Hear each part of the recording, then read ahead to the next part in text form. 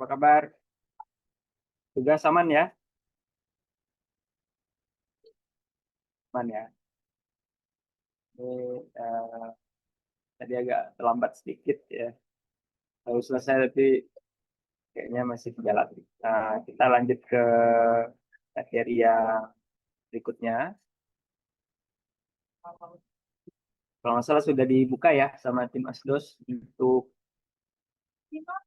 eh, materi project.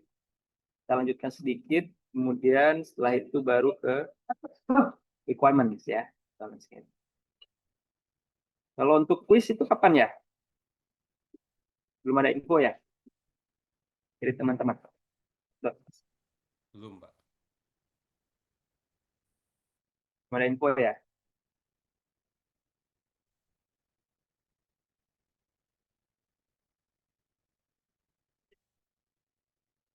Di kelas ini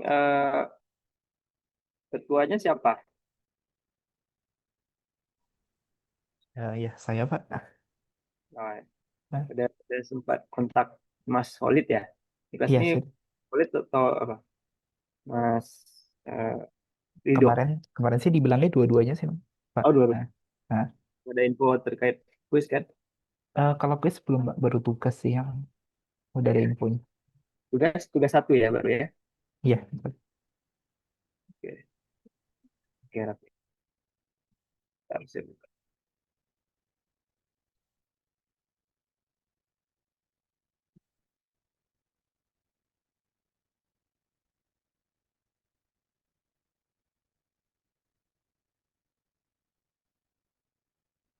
Terakhir kita bahas sistem request ya. Nah, tugas satu kan sistem request ada isu dari sistem request aman semua.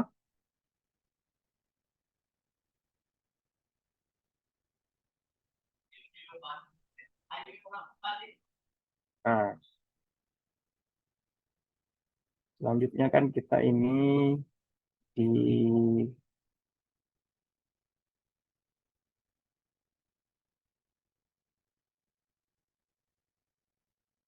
chapter 2 itu terakhir project identification ya.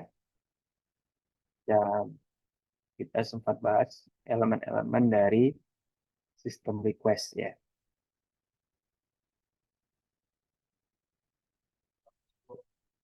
Ya, sistem request.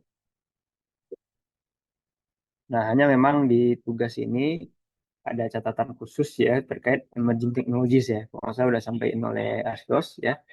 Jadi itu bedanya dengan assignment dari semester lalu ya.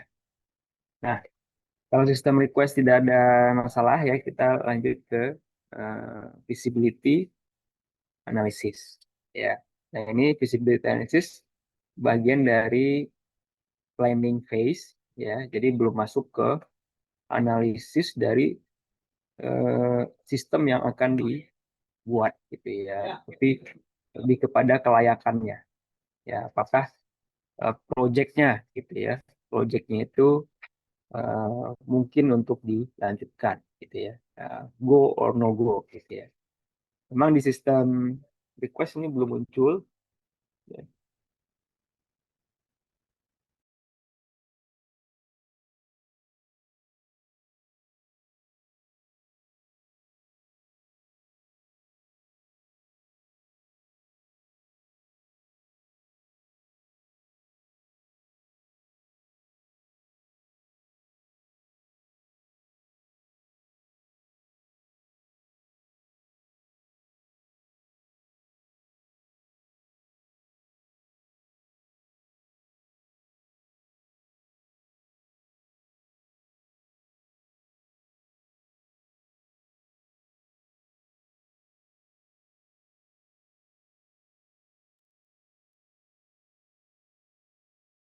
Visibility analysis apakah visible gitu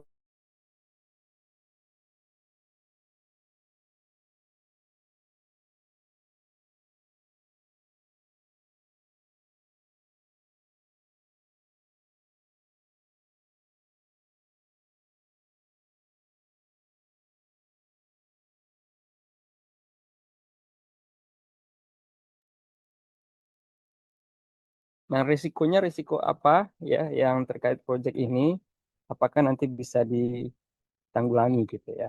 Nah, kalau kita bicara kelayakan secara umum ya, memang ada aspek-aspek lain, tapi aspek yang bisa dilihat itu biasanya secara teknis itu apa ya?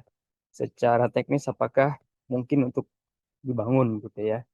Jadi eh, bisa terkait dengan technical difficulties-nya gitu ya, platform yang dipakai sampai misalnya teknologinya itu apakah masih di support gitu ya, apakah sudah menjadi legacy dan lain sebagainya. Nah, itu menjadi pertimbangan-pertimbangan untuk technical feasibility-nya.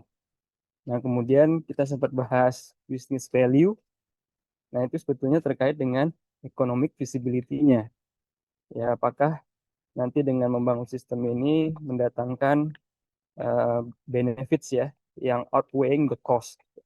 Jadi biaya-biayanya harusnya dapat di-cover oleh sistem baru ini nantinya. Kan? Nah, terakhir, apakah bisa dibangun dari perspektif organisasinya? Ya? Bisa jadi organisasinya ini resisten ya terhadap rencana untuk membangun sistem baru ini. Tuh. Oke, selanjutnya ini kita coba bahas satu-satu ya dari technical ini ya. Nah, ini ada beberapa kalkulator use case point. Slide saya ini bisa di download itu use case point estimation karena di dalamnya ada beberapa aspek ya dan faktor juga terkait bagian atau aspek dari bisnisnya. Portion of the business ini berarti berbicara tentang proses bisnis ya. Karena yang dikatakan dengan functional area itu dalam suatu organisasi kan biasanya kecenderungannya bisa dibagi-bagi ke dalam beberapa bidang ya. Masih ingat nggak functional area yang merepresentasikan suatu organisasi? Biasanya kita pakai apa? Ini di mata kuliah lain kayaknya ya di SIP. Pernah dengar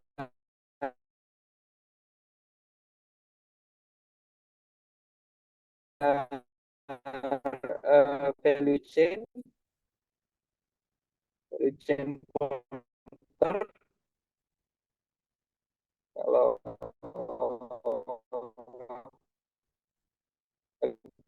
Google ya,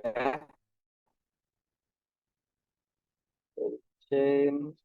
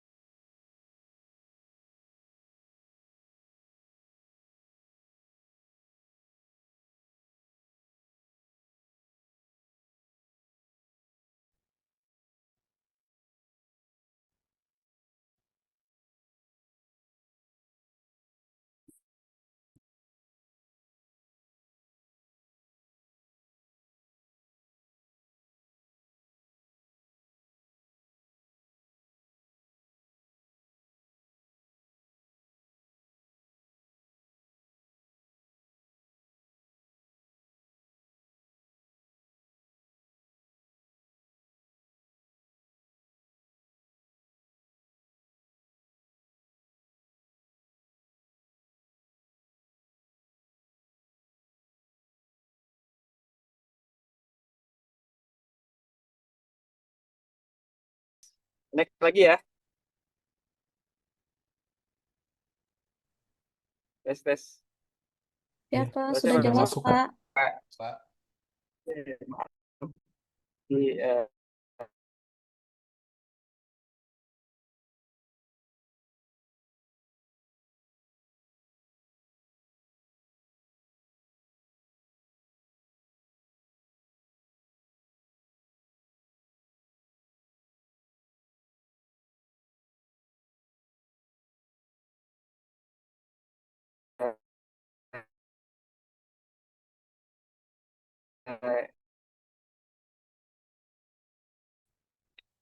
support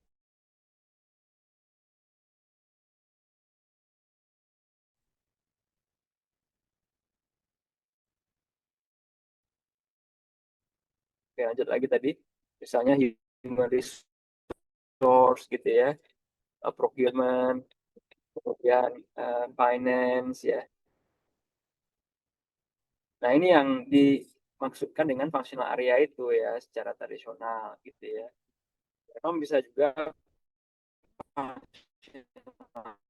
area yang di primary activities ya. Misalnya kalau di value chain itu ada uh,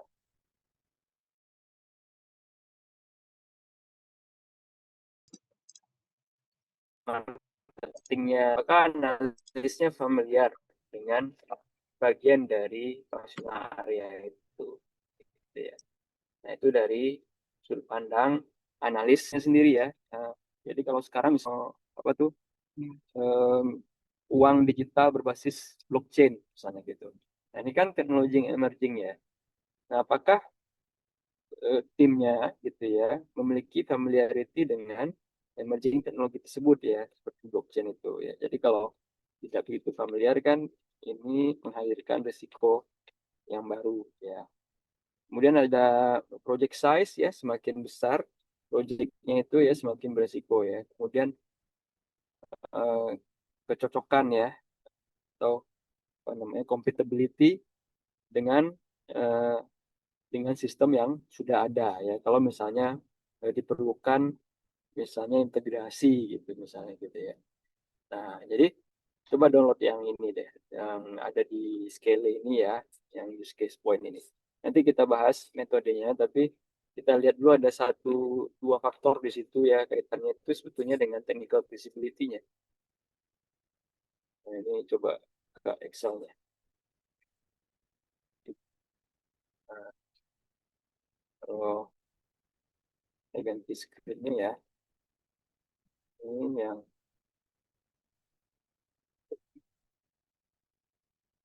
hmm. Nah, di sini ada beberapa nih, ya, ada beberapa technical complexity factor (TCF). Nah, itu ada misalnya ease of uh, installation gitu ya. Kemudian juga kompleks uh, internal processing dan lain sebagainya. Nah, ini sebetulnya adalah hal yang terkait dengan technical feasibility-nya yang nanti bisa dipakai sebagai salah satu faktor untuk menghitung estimasi waktu ya, waktu dan resources lain yang diperlukan gitu untuk menyelesaikan proyeknya. Gitu ya. Kita balik lagi ke uh, poin yang kedua tadi ya, yang mengenai visibility-nya. Sebentar, ini gimana cara bagusnya?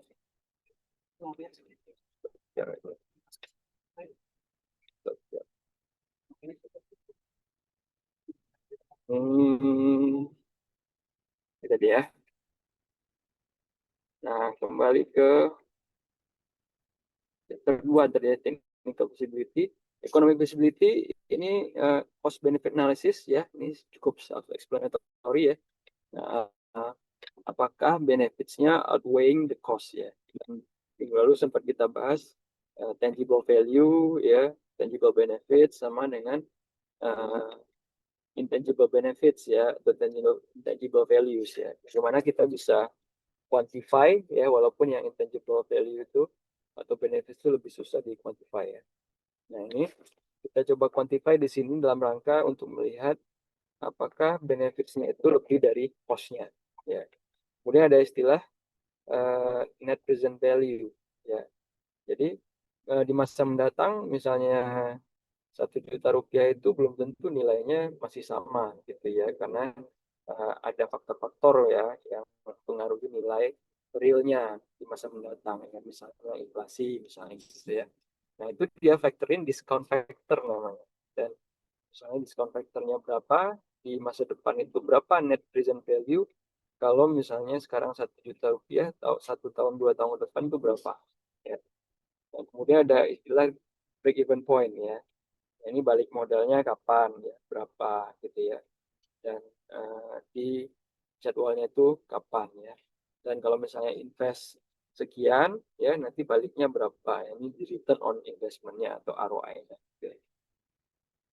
Nah, ini nanti kita coba exercise karena di tugas yang berikutnya itu ya sudah mulai masuk kita bagaimana menghitung ini semua tadi ya. Present value dari benefits-nya, present value dari cost-nya. Nah, kemudian dapatlah net present value-nya gitu ya. Nah, ini secara konsep gitu ya. Jadi, bisa disimulasikan ya di Excel. Interestnya di sini adalah bagaimana kita bisa justifikasi secara ekonomi. Ya, memang kita ngusulin project X ini, benefits-nya itu memang lebih banyak daripada cost-nya gitu ya. Dan itu cepat ya itunya kembalinya ya, modalnya ya kira ya. Nah, organizational visibility tadi sempat saya singgung sedikit ya. Ini bisa mulai dari aspek strategisnya ya. Nanti di mata kuliah MSSI di semester 2 itu ya akan lebih dalam sebetulnya terkait strategi. Tapi di sini kita hanya mencoba menyelaraskan ya. Kalau misalnya sistem ini ya, misalnya kita lihat suatu organisasi ya, misalnya gini, apa bedanya AirAsia, Lion Air ya, dengan misalnya pesawat itu Singapore Airlines misalnya dari secara strategis atau spellingnya Singapore Airlines ya. Nah, jadi ada satu konsep lagi namanya itu kompetitif strategis ya. Jadi ini dari Porter juga, Porter generic strategis ya. Ini strategis, bukan example ya. Saya mau lihat yang definisi ini aja. Si versi Wikipedia kali ya, yang ada gambar. Wikipedia. Nah, ya. Kelihatan nggak gambarnya ya? Kalau saya kelihatan ya. Nah, jadi apapun organisasinya, khususnya yang konteksnya swasta nih. Nah, kelihatan? Kelihatan nggak? Di gambar porter generic strategi ini.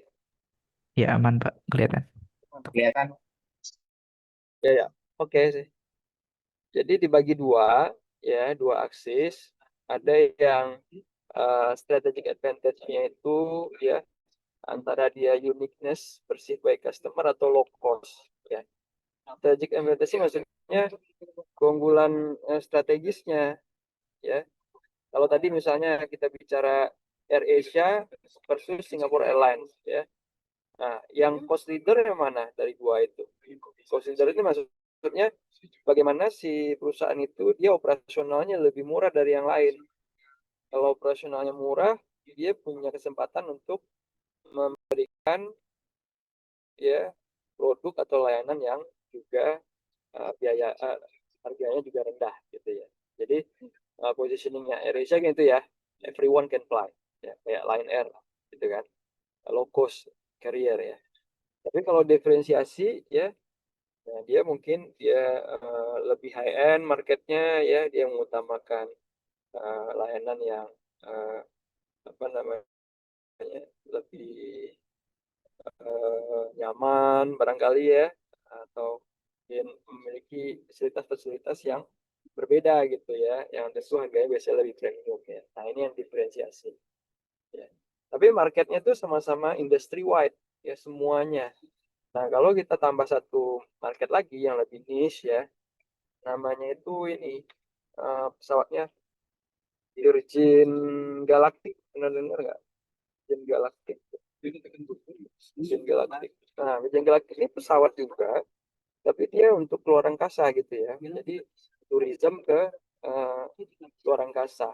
Nah, itu yang dimaksudkan dengan strategic apa namanya advantage ya, dan kemudian strategic targetnya apakah pasalnya niche, particular segment atau industry wide gitu ya. Nah, jadi pertanyaannya apakah project kita ini selaras dengan strategi bisnisnya. Kalau misalnya dia cost leader ya, harusnya project-project yang gimana dia cutting cost secara operasional lebih efisien. Nah, itu kan lebih strategis ya. Kalau kita ambil tadi contoh airlines yang low cost gitu. Nah, jadi harusnya kita align-kan, kita selaraskan ya. Kemudian juga tidak ada resistensi baik itu dari internal dan juga potensial customer-nya nanti gitu ya. Nah, ini kita perlu melakukan stakeholder analysis ya, teman-teman ya.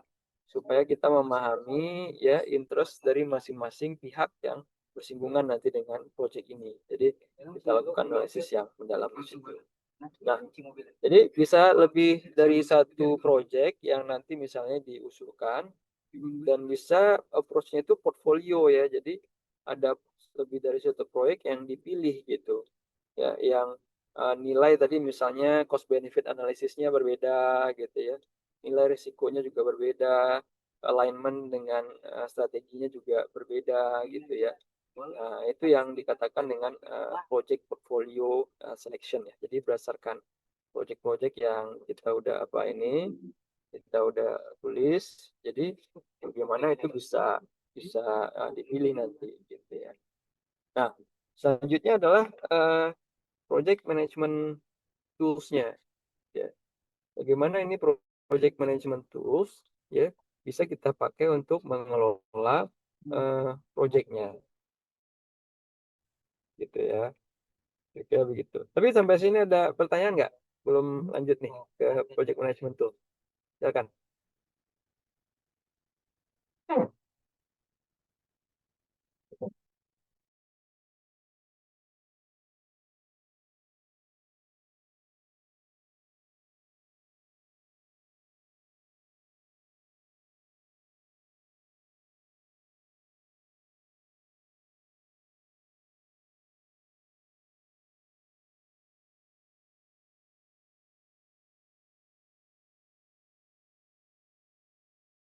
Sorry, sorry, emang unmute-nya nggak kelihatan di laptop. Silakan tadi Mas Muhammad. Ya, Baik, Pak, terima kasih. Apa suara saya terdengar ya, lancar, Pak? silakan. Jelas, Pak ya. Mau tanya, Pak, ini kan tadi ada dimensi teknikal, finansial dan organizational visibility ya. Kalau misalkan di instansi pemerintah, Pak, di mana Nah, gimana, Mas? Bisa diulangi? ya Pak, kalau di instansi pemerintah, di mana financial visibility-nya itu kadang tidak ada Pak atau tidak terukur karena instansinya fokus ke policy atau ke service gitu ya Pak ya. Itu apakah cukup hanya mengukur visibility berdasarkan organisasional atau teknikal saja Pak atau yang financial ini harus digantikan dengan yang lain Pak?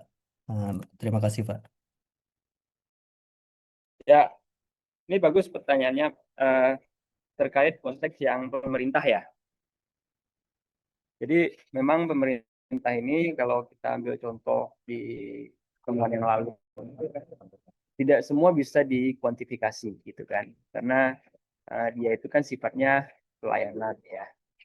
Nah, memang kita harus take extra effort ya untuk mencoba membuat ini apakah nanti ada economic value-nya gitu ya. Karena kalau kita misalnya bicara layanan ya, misalnya ambil suara saya masih masuk nggak? Jelas Pak, masuk. Ya, ini apa nih? Alfonsa, ini smart recordingnya apa ya? Recording stopped. Saya juga nggak mau nih smart recording ini. Coba request lagi. Siapa tadi yang request? Smart recordingnya itu untuk apa ya? Coba record cloud lagi ya. Kalau cloud record gimana? Smart recording Recording in progress. gimana nih cara? Saya record ke cloud aja ya, biar nggak berat di komputer ya. Record ke cloud. Oke.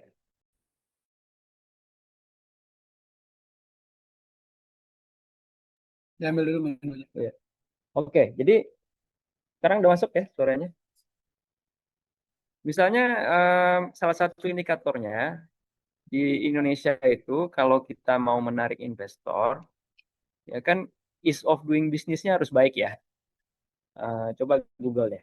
Ease of doing business itu kan salah satu indikator dari Bank Dunia, di mana kalau itu baik, itu merefleksikan kemudahan yang kita berikan ke calon investor kalau dia mau nanam foreign direct investment gitu. Nah, ease of doing business ini kalau kita trace back itu bisa ke layanan-layanan yang diberikan secara elektronis nih, sistem-sistem ya. Misalnya kalau di BKPM itu ada OSS ya, Mas Muhammad mungkin familiar ya. Mas Muhammad dari apa? Dari pemerintah ya? Iya, Pak. Ya, misalnya OSS gitu kan. Dulu tuh yang izin-izin itu ya OSS kombinasi sama Dirjen AHU segala macam itu udah cukup dipangkas ya. Ease of doing business misalnya establishing a corporation di Indonesia bikin PT itu dulu bisa berbulan-bulan. Sekarang bikin PT itu bisa 1 hari gitu PT-nya doang sih. Tapi ntar OSS-nya nambah lagi gitu kan segala macam. Ya mungkin 7 days lah max.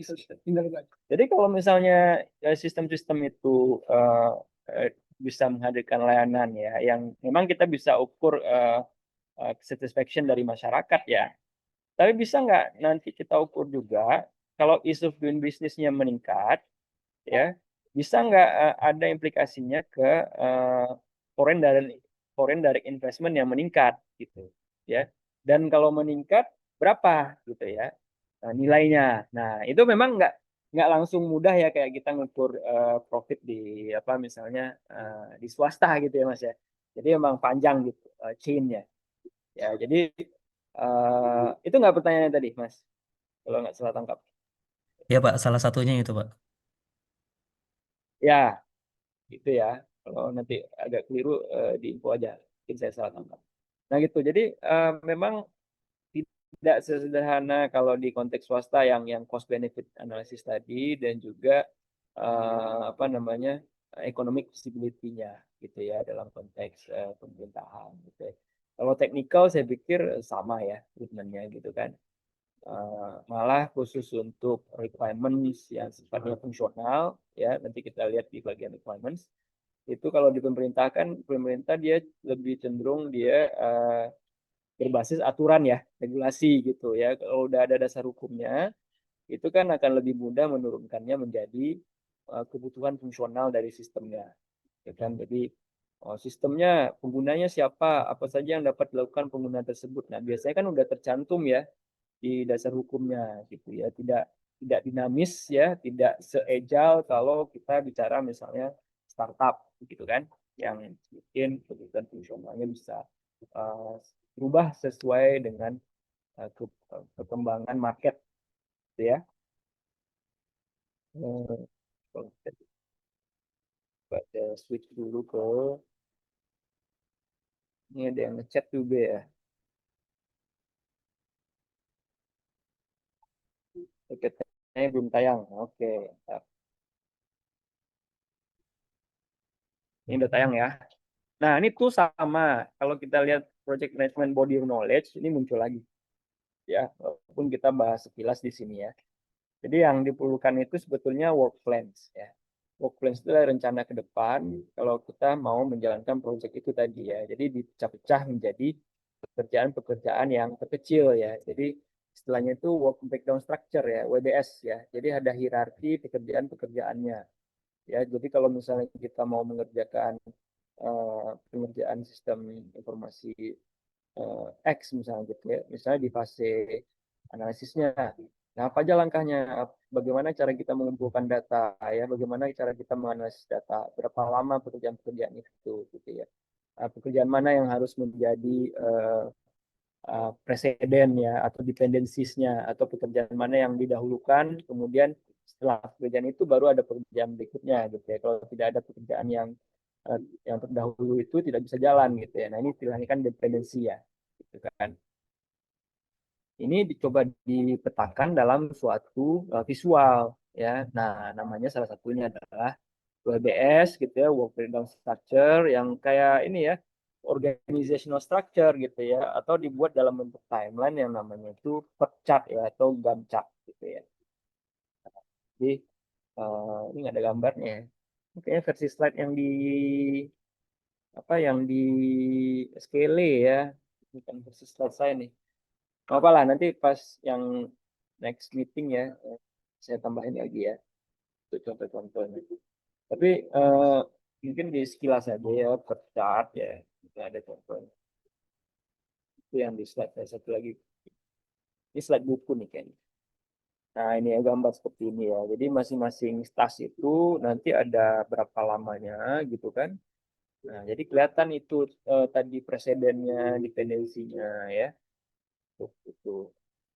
Nah, ini tadi yang ada use case point kalkulator itu ya. Itu sebetulnya terkait dengan project effort ya. Jadi waktu yang diperlukan, kemudian dengan waktu itu ada biaya ya.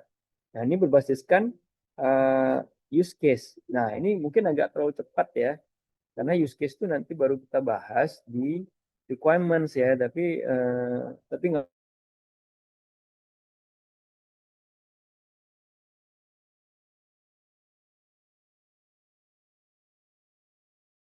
apa, kita bahas jelas dulu. Yang dimasukkan dengan use case requirement ya. Kalau misalnya suatu sistem program, kira-kira functional requirement-nya apa aja? Kalau kita sebagai mahasiswa nih. Kemarin di awal semester mengelola IRS ya kan? IRS ya apa? KRS apa namanya? Apa sih kalau di UI? IRS ya kan? Isian rencana studi. Nah,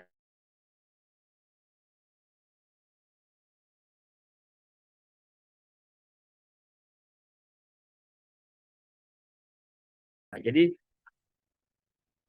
halo,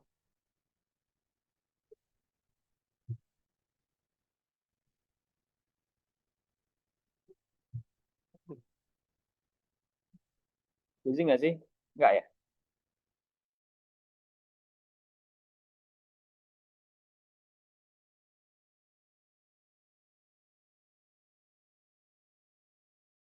Nggak ya? Nah, mahasiswa mengolah IRS gitu ya. Kemudian apalagi bisa juga dia eh, mengelola data pribadinya gitu ya. Nah, nah, itu kan use case ya. Jadi functional requirement itu direpresentasikan ya sebagai suatu use case ya. Nah, nanti use case ini kita modelkan secara visual ya. Kalau nanti kita belajar UML ya, itu di dua pertemuan lagi ya. Tapi dengan konsep use case tadi itu kita bisa uh, buat itu sebagai basis menghitung effort ya. Nah, effortnya use case itu selain use case itu sendiri ada faktor-faktor teknis, ada faktor-faktor lingkungan gitu. Ya.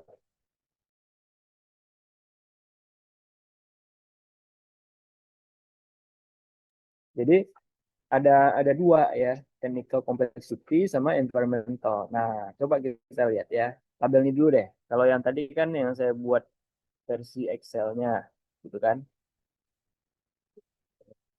Ini agak berat ya. Gambarnya nggak kayak konsep itu saya lihat. Oke deh.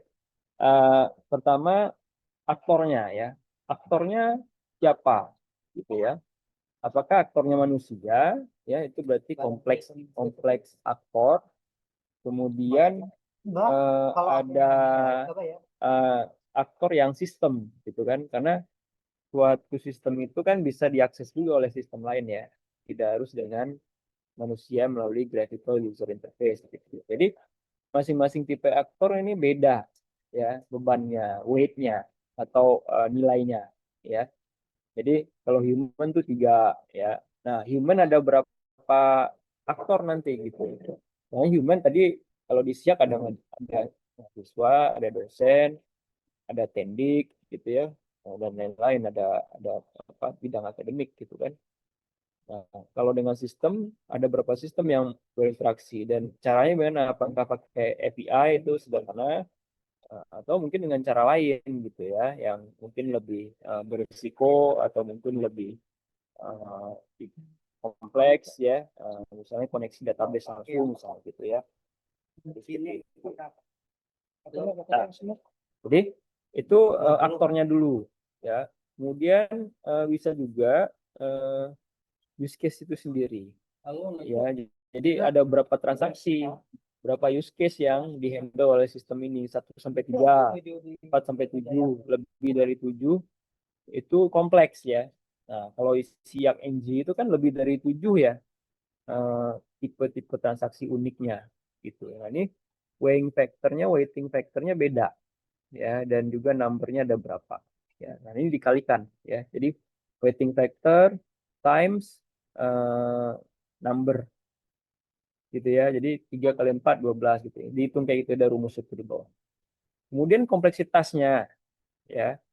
Jadi apakah sistemnya nanti terdistribusi gitu ya, apakah apa namanya mudah digunakan, affordable gitu ya, misalnya portable itu dalam artian across operating systems gitu ya, tidak hanya di satu operating system. Kalau misalnya dia apa, kalau mau native gitu kan, uh, dan lain-lain dan lain-lain gitu ya, dan seterusnya etc. ya. Nah, ini bagian kompleksitas teknisnya. Kemudian ada terkait environment-nya ya, kayak tadi familiarity dengan sistem development process atau analisnya itu punya capability apa tidak gitu ya, requirements-nya berubah-ubah apa tidak, ini yang requirement stability ya.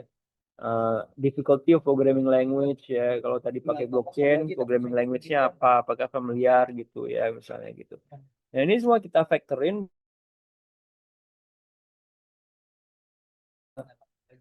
effort in person hours gitu ya. Jadi dari itu semua bisa dikalikan misalnya dengan nilai rupiahnya berapa gitu ya, waktunya berapa lama ya. Nah, kalau mau coba itu ada kalkulator yang pernah saya buat ya, bisa di download nanti di tes kalkulasi ya. Nah, ini memang tantangannya kalau kita memang baru juga menggunakan effort estimation, kadang nggak akurat juga ya. Ini juga perlu jadi catatan ya. Kadang kalau kita cukup berpengalaman di project di industri, malah expert judgment-nya yang ini ya, yang kadang lebih tajam gitu ya. Tapi kan expert judgment juga tidak semua orang memiliki gitu ya. Jadi kalau kita tidak memiliki expert judgment, bisa nggak kita menggunakan cara lain? Salah satunya adalah melakukan use case point estimation ini. Ya. Kemudian bikin work plan tadi ya. Nah, work plan ini WBS mana ini? Ada contoh. Apa tadi? Work breakdown structures ya. Oh. Ya, tapi ini kita bahas ya work plan ya. Ini barangkali yang ya. Scope ya. Nah, ini hati-hati terkait scope creep ini ya. Jadi apakah proyek ini ya nanti bisa dikelola uang inputnya supaya tidak ada penambahan-penambahan ya di luar yang di apa namanya rencanakan di awal gitu. Nah, ini aspek kontrol dari proyeknya. Harusnya tidak ada feature enhancement yang tidak disepakati oleh kedua belah pihak gitu ya. Nah, jadi perlu sekali dikelola ini. Jadi nanti di bagian akhir dari mata kuliah ini kan ada terkait operations ya dan handover. Nah, itu nanti dipastikan ya bahwa uh, kita dapat ya handle nanti future enhancement itu dengan baik. Ya. Nah, staffing the project ya, ini project staffing itu bagian dari project planning juga. Jadi kalau sudah jelas tadi work plan-nya di work breakdown structure, kita assign siapa-siapa yang perlu terlibat ya. Karena satu task itu harusnya bisa diassign ke salah satu resource ya, dalam hari ini adalah staffnya ya, supaya tidak terjadi ya apa namanya koordinasi yang gagal gitu ya, karena biasanya assignment-nya dari suatu task itu tidak jelas siapa gitu ya, dan juga tidak jelas siapa yang menjadi reportingnya ya, reporting structure-nya gitu ya. Nah, kira-kira begitu. Nah, motivating people. Nah, ini pekerjaan yang sulit juga karena tidak tidak mudah ya. Ini yang menarik sebenarnya, 80 apa namanya 20% rule time ini kan, kalau ini kan di Google ya. Jadi 20%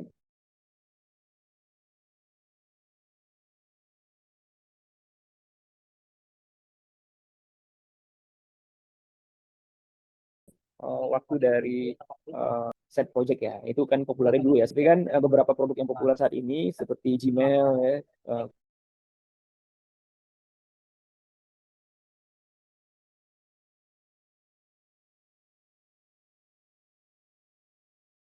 Google AdWords itu kan datangnya dulu dari 20%-nya Google ini di karyawan gitu ya, produktif gitu ya, walaupun ada pekerjaan utama dan juga bisa mengeluarkan inovasi baru gitu ya.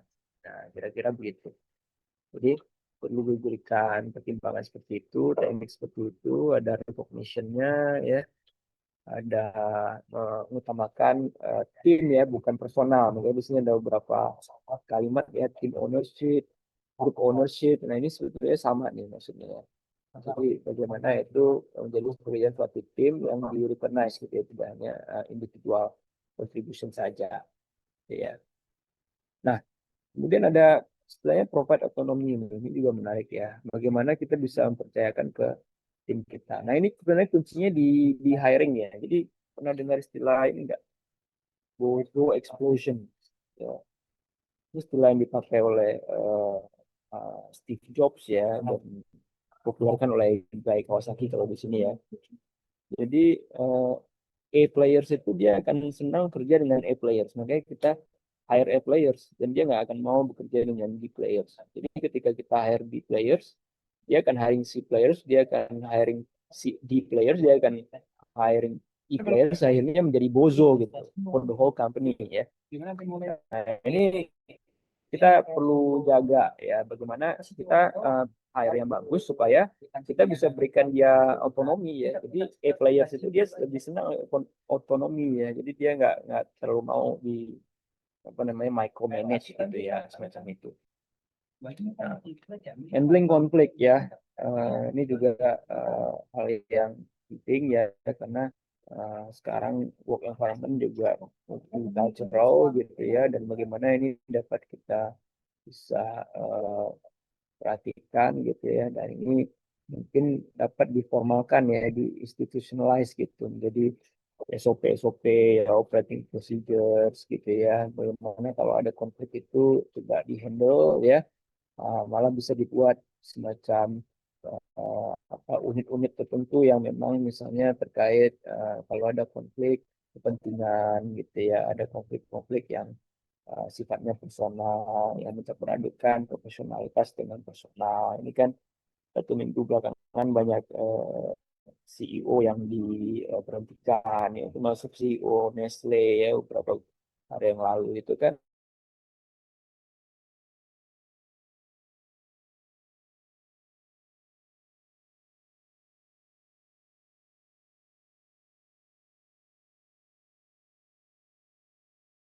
yang di konser Coldplay ya kan gitu.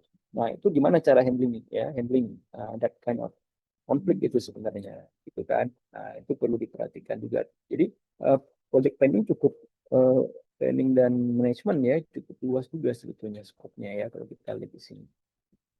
Nah kemudian untuk memanage projectnya perlu case tools ya. Jadi case tools ini computer aided apa panjangannya komputer software engineering ya kalau nggak salah lupa panjangannya.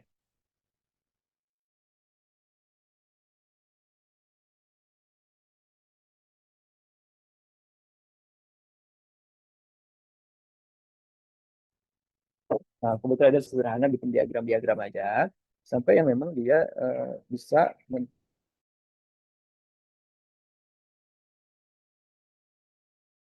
trace gitu ya perubahan-perubahan dalam dokumennya. Nah, ini kita perlu keep up to date dengan ini semua diagram aja ya. Kalau bisa mencoba men-trace perubahan-perubahan dari suatu bisnis proses dan bagaimana itu dampaknya terhadap kerja dari perusahaannya gitu ya.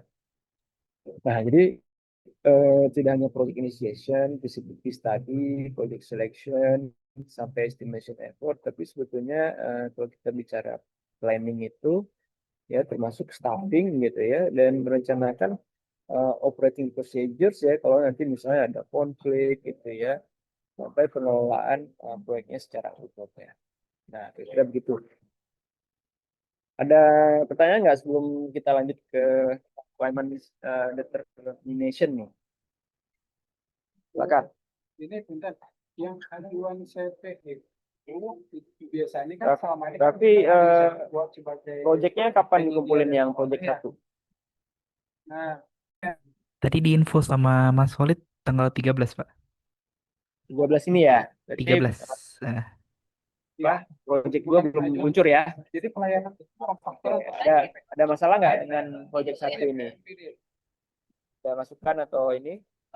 Komentar sejauh ini? kayak proposal asesmen MBD. Jadi itu suara. Ada ya, Raffi? Oke, jadi belum ada sih, Pak.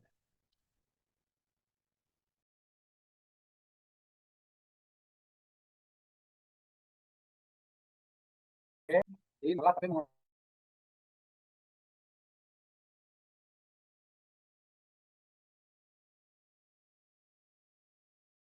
itu saya ada konfirmasi Halo? ke Pak Heru, makanya Nggak ada isu ya?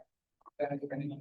Sebelumnya ada konfirmasi ke Pak Heru, saya Nah, selanjutnya kita bicara requirements ya, requirement determination. Jadi kalau kita bicara requirements ini, sebetulnya apa yang dikatakan dengan requirements? Ya, Bisa. what is a requirement? lanjut aja. Ya, ini kalau kita baca di slide ini, ya, requirement itu adalah statement, ya, suatu pernyataan apa yang harus dilakukan oleh sistemnya atau yang dimiliki, ya. Jadi must do what the system must do and what characteristic, ya, that the system has gitu. Jadi karakteristik yang dimiliki.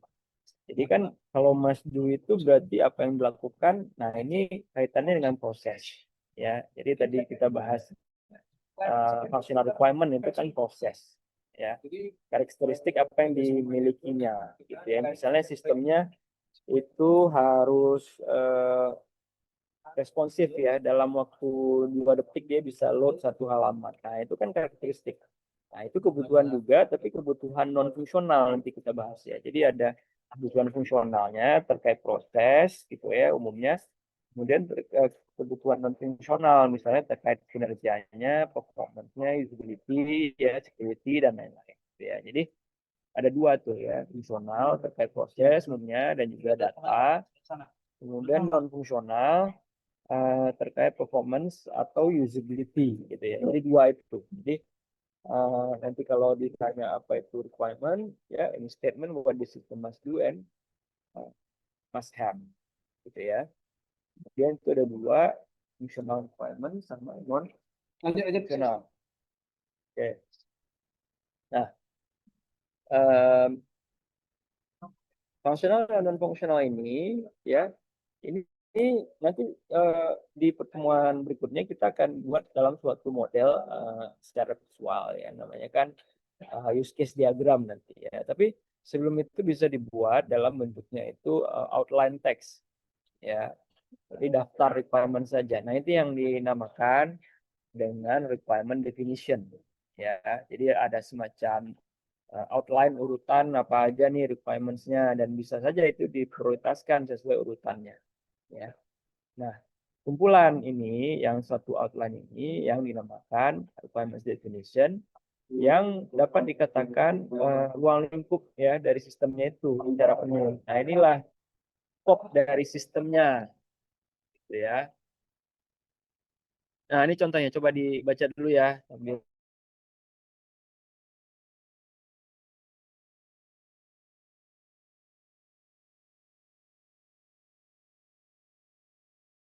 tunggu azan tes.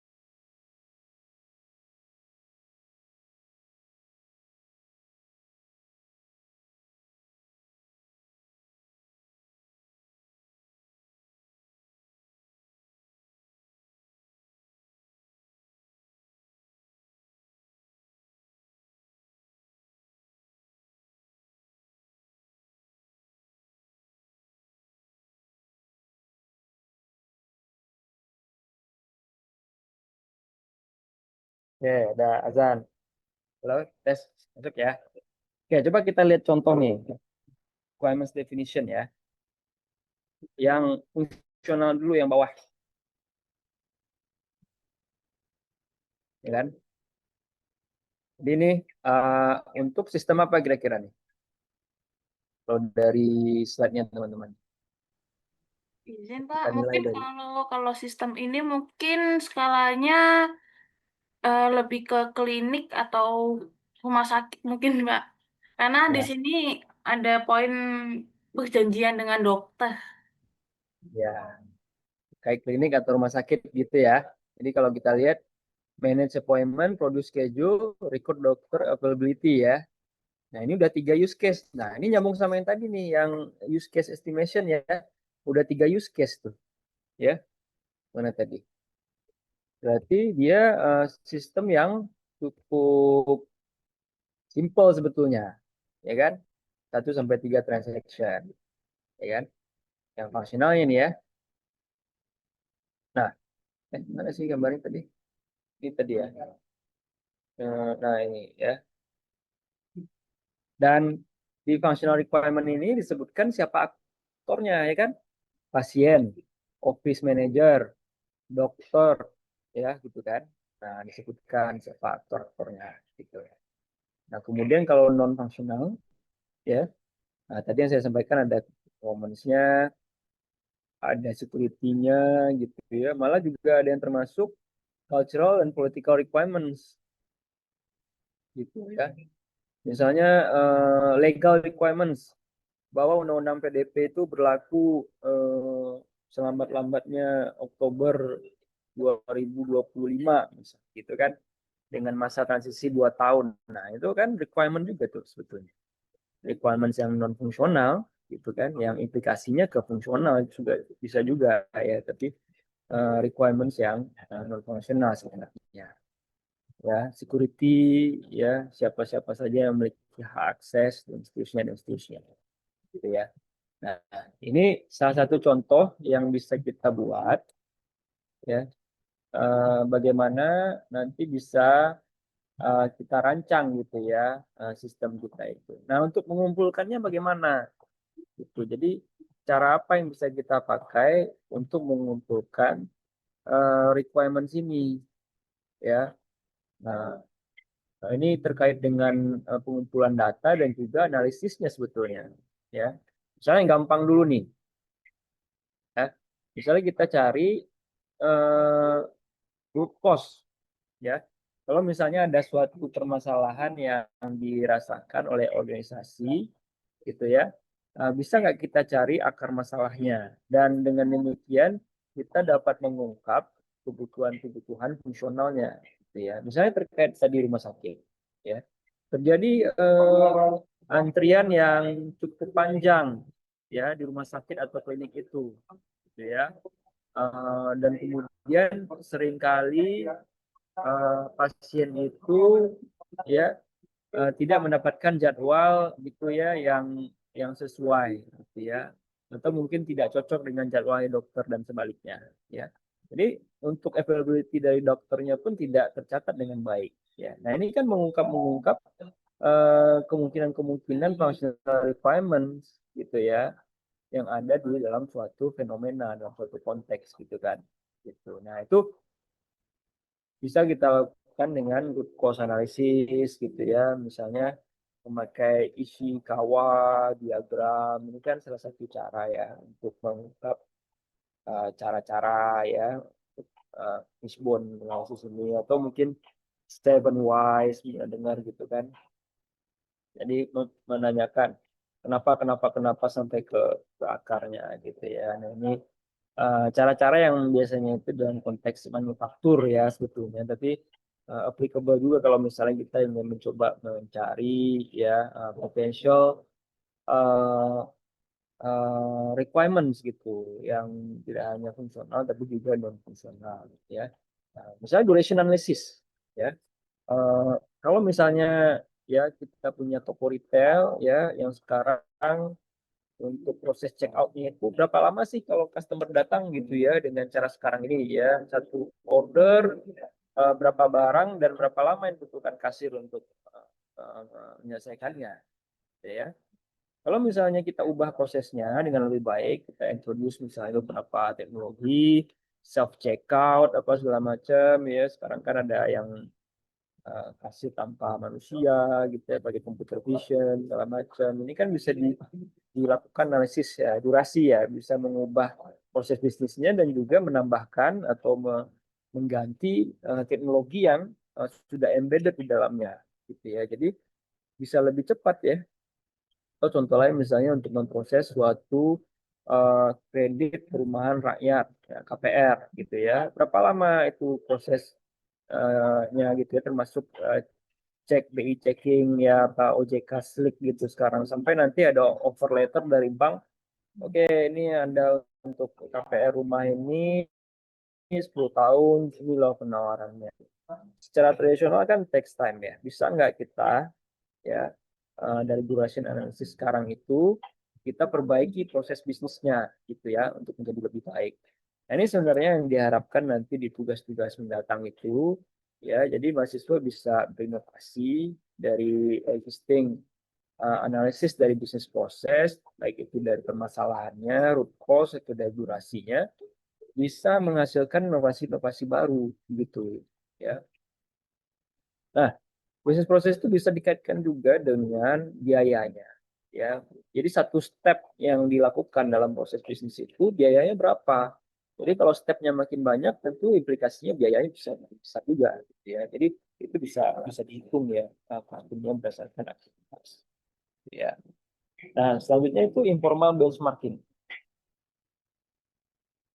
Kalau informal benchmarking kita bisa lihat best practice-nya dari organisasi-organisasi yang serupa ya. Jadi bagaimana misalnya kalau tadi bicara apa namanya KPR gitu ya, kalau di bank lain gimana, di negara lain gimana gitu kan, bank lain gimana, negara lain gimana gitu ya. Jadi dia bisa nggak kita jadikan contoh ya untuk proses bisnis kita. Nah, terutama kalau di emerging countries ya seperti Indonesia ini kan kita bisa belajar banyak ya dari negara-negara yang berkembang gitu kan. Jadi ada apa? Ada bagusnya juga kita di Indonesia ini, walaupun sering dikatakan kita ini tertinggal ya gitu ya.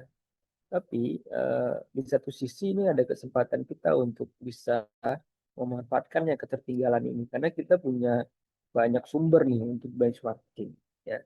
Nah, ini penting di tugas mendatang yang kedua ya dan seterusnya, terutama perlu disampaikan bahwa kenapa kita ingin mengembangkan sistem informasi yang diusulkan ini.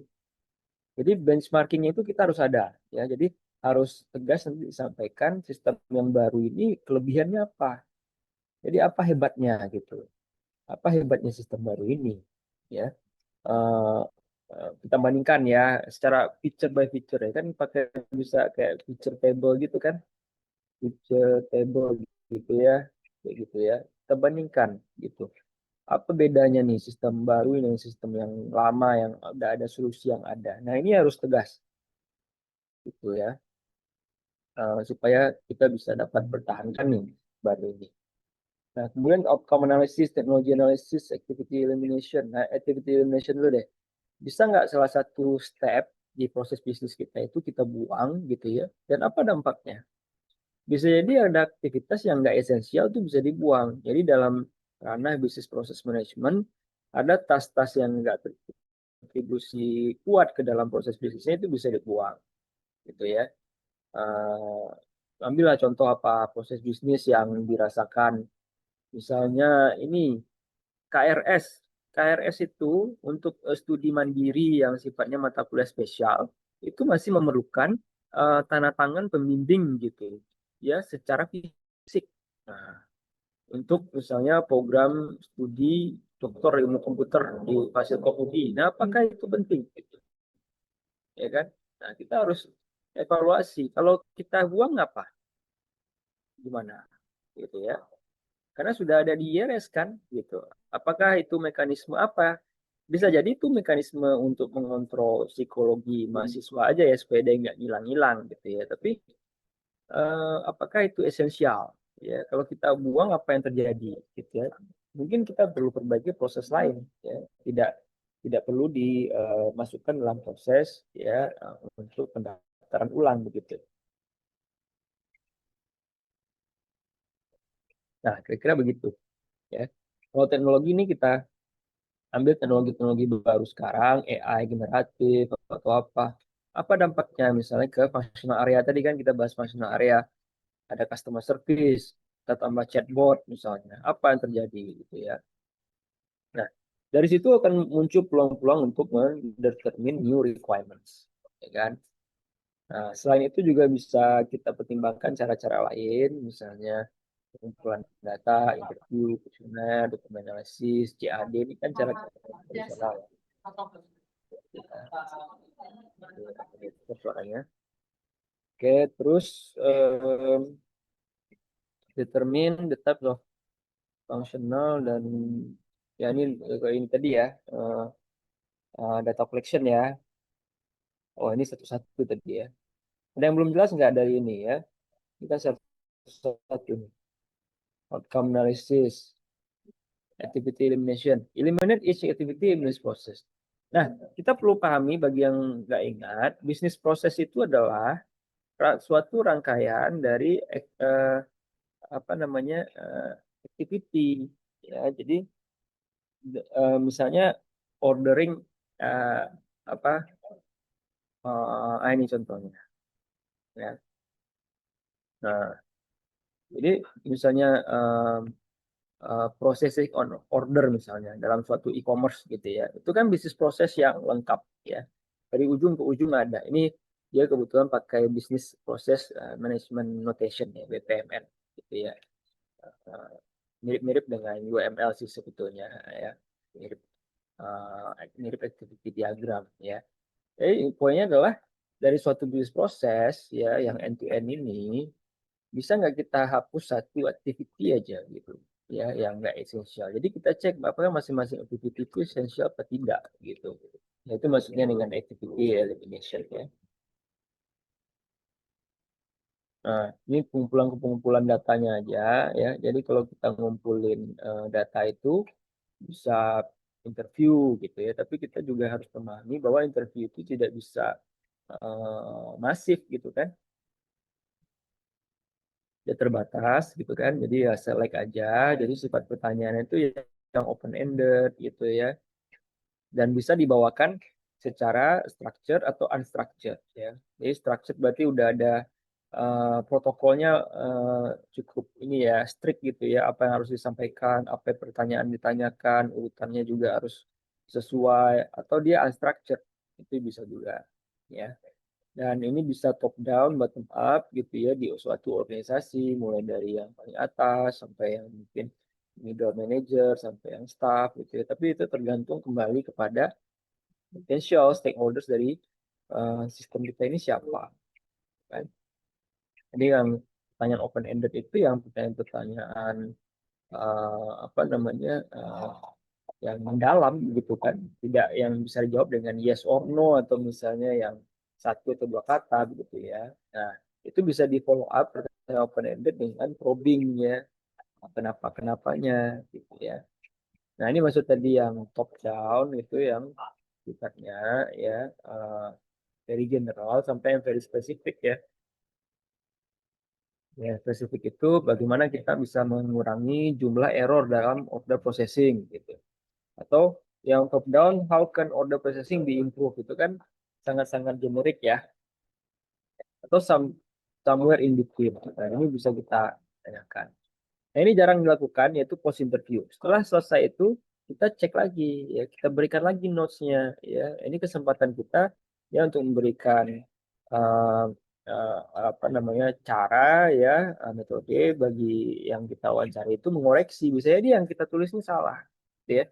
Mungkin ada interview yang tidak boleh direkam gitu ya. Jadi ini bisa jadi sarana untuk dikoreksi nantinya oleh si responden ya dengan adanya post interview notes ini yang dikirim ke si interviewee nanti. Nah, kalau JAD ini lebih kepada bagaimana kita ngumpulin orang-orang di suatu tempat, ada fasilitatornya secara remote gitu kan. Nah, gitu. Jadi nanti kita apa bisa lebih cepat gitu ya ketimbang kita interview satu-satu ya. Tapi emang effortnya bisa lebih banyak gitu. Questionnaires ya. Nah, ini questionnaires yang sifatnya lebih masif, tapi response rate-nya ini perlu diperhatikan karena nggak gampang ya nyebar questionnaire. Kita berharap 100% yang respon itu sulit sekali. Jadi biasanya questionnaire itu responsnya rendah ya, bisa 5%, 10%. Nah, gimana cara kita incentivize orang untuk mengisi gitu. Nah, ini perlu kita pertimbangkan ya caranya gimana. Apakah memang diwajibkan? Kalau diwajibkan, itu apa tidak mempengaruhi objektivitas dari hasilnya dan seterusnya dan seterusnya ya. Dan kalau kita mau kuesioner itu nanti instrumennya bagaimana ya? Apakah kita rancang dari awal atau memang ada template-template ya gitu ya. Nah, tapi kita perlu tentukan dulu siapa yang berhak mengisi. Sama seperti tadi siapa yang dapat kita interview karena tidak semua memiliki opini itu yang kalau nanti kita interview yang memang relevan gitu ya bagi proyek sistem informasi kita. Jadi kalau dia tidak relevan gitu ya, misalnya gini, dalam konteks suatu UMKM, kalau kita ingin mendapatkan pendapat pertimbangan mereka untuk menggunakan suatu sistem informasi, kita wawancara karyawan, manajer atau owner, gitu kan? Nah, kalau dari literatur mengatakan kita wawancara owner atau manajernya, karyawannya kita bisa ignore. Jadi nggak perlu kita survei wawancarai apa kita nggak perlu kita survei atau bikin kuesioner untuk karyawannya. Begitu juga dengan interview gitu ya. Karena yang penting itu owner sama manajernya itu kalau UMKM dalam konteks pemilihan suatu informasi. Tapi bisa aja konteks beda beda lagi gitu kan. Nah, by the way ada foto Pak Wahyu di sini ya. Coba baru lihat.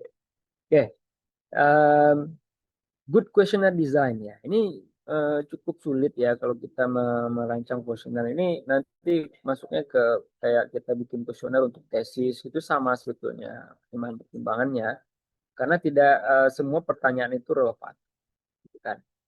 Jadi harus diperdebatkan betul gitu ya. Kalau kita terlalu banyak pertanyaan nanti orang malas ngisi. Ya, jadi crowded gitu, too many items ya.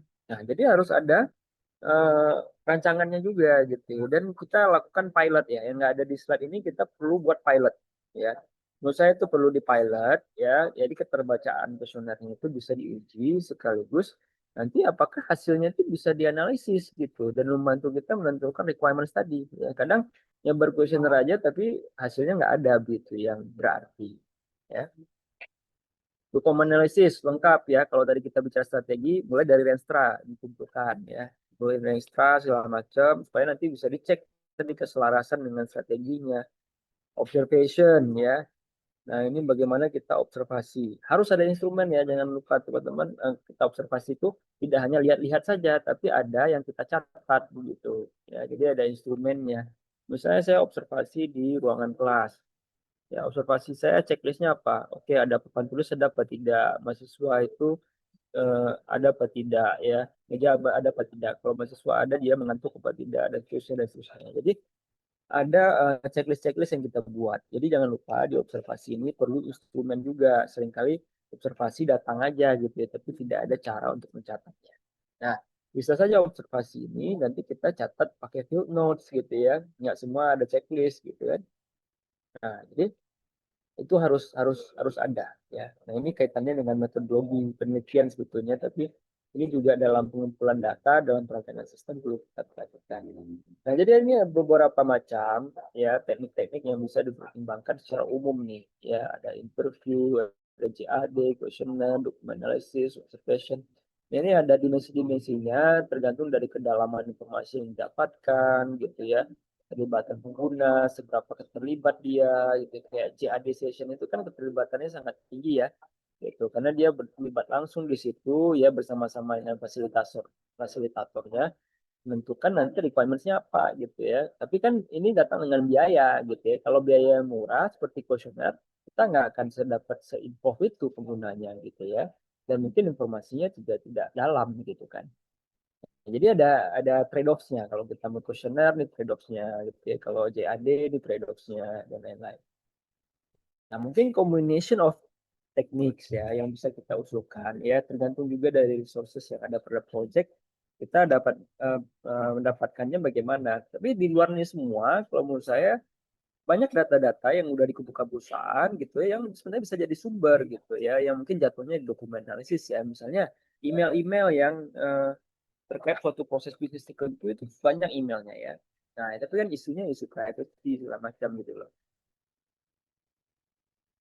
Nah, jadi itu dicek lagi ya. Jadi user generated content itu sebenarnya bisa jadi gudang data gitu ya. Nah, bagaimana kita misalnya merancang sistem informasi terkait customer service gitu ya, tapi kita menggunakan data-data customer service yang lalu gitu ya. Bisa nggak kita buat gitu ya, termasuk misalnya kita ngembangin sistem berbasis AI. Bisa nggak existing data ini menjadi data untuk memodelkan, melatih AI-nya nanti gitu ya, dan seberapa cukup data itu dan seterusnya dan seterusnya. Ya. Nah, jadi selain itu banyak cara, tapi kalau menurut saya sekarang ini karena data itu udah abundant gitu ya, jadi manfaatkan abundance of data gitu ya, terutama kalau kita bekerja di perusahaan tersebut dan kita punya clearance ya untuk mendapatkan akses terhadap datanya itu gitu ya. Nah, tentu ada cara-cara lain seperti story card, user story, concept map. Nah, ini cara-cara yang mungkin ada kalanya bisa relevan gitu ya. Jadi kalau konsep map kan bisa memvisualisasi data-data yang bisa dikumpulkan. Mungkin dari situ nanti ada beberapa yang kita bisa ambil untuk menjadi requirements gitu ya. Ini kan datangnya dari konsep-konsep agile ya, user story semacam itu kan pengemasan requirements-nya aja gitu ya. Yang diurutnya semikian rupa begitu. Nah, jadi dikumpulkan ini semua, nanti di tugas 2 itu kan, tugas 1 kan sistem request ya. Nanti follow up by work plan, kemudian follow up by visibility, kemudian dilanjutkan dengan requirements definition ya. Nah, ini kan kita baru sampai requirements definition nih. Habis itu nanti tugas 3 harusnya bikin model ya. Jadi modelkan sistem itu gitu ya. Model ini kan sederhananya representasi dari suatu hal gitu ya. Model itu kan KBBI-nya apa? Nah, jadi pola, contoh gitu ya. Acuan gitu kan. Kalau di define bahasa Inggrisnya define model representation of a person or a thing gitu ya. Jadi representasi dari sistem itu apa gitu. Nah, itu kita modelkan. Kalau representasi dari bisnis itu namanya bisnis model. Ada 9 blok dia kan. Representasi dari functional area dari organisasi tadi kita udah bahas value chain gitu. Nah, ini representasi dari sistem apa gitu kan. Nah, itu nanti yang kita buat semua yang dikenal dengan sistem proposal gitu ya. Jadi sistem request ya kan, work plan, ada WBS-nya, ada PERT chart ya, Gantt chart, visibility, economic visibility, technical visibility, cultural visibility, dan visibility aspek lainnya kalau mau digali lebih dalam. Kemudian functional requirements, non-functional requirements itu ada di requirements definition. Kemudian ada model-model. Nah, model-model ini ada model yang fungsional, yang terkait proses, yang terkait data gitu ya. Yang proses itu kita akan pakai use case, data akan pakai class diagram, structural model gitu ya, ada yang class diagram ya kan. Kemudian ada objek diagramnya, kemudian bagaimana objek-objek itu berkomunikasi satu sama lain itu dikenal juga dengan behavioral model. Ya. Ada communication diagramnya, ada siklus diagramnya gitu ya. Nah, itu nanti akan kita pelajari di pertemuan-pertemuan ya. Ya. Nah, jadi yang perlu kita tekankan dalam bagian 3 ini adalah requirement itu apa sih? Requirement itu adalah suatu pernyataan terkait apa yang dimiliki oleh sistem, yang apa yang harus dilakukan oleh sistem. Dalam kata lain, non-functional requirements dan functional requirement. Functional requirement terkait proses, terkait data, non-functional requirement terkait kinerja, terkait usability, security, dan lain-lain gitu ya.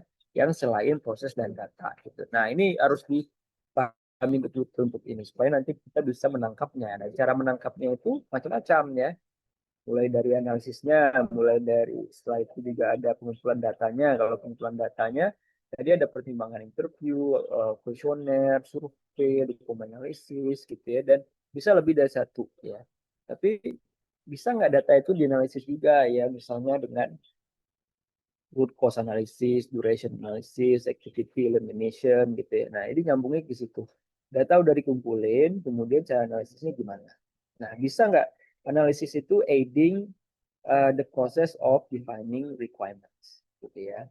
Nah, jadi requirements itu menjadi dasar nanti kalau kita mau lanjut ya yang dirangkum nih di sistem proposal ini ya. Jadi requirements definition lanjut ke modeling itu lebih detail ya.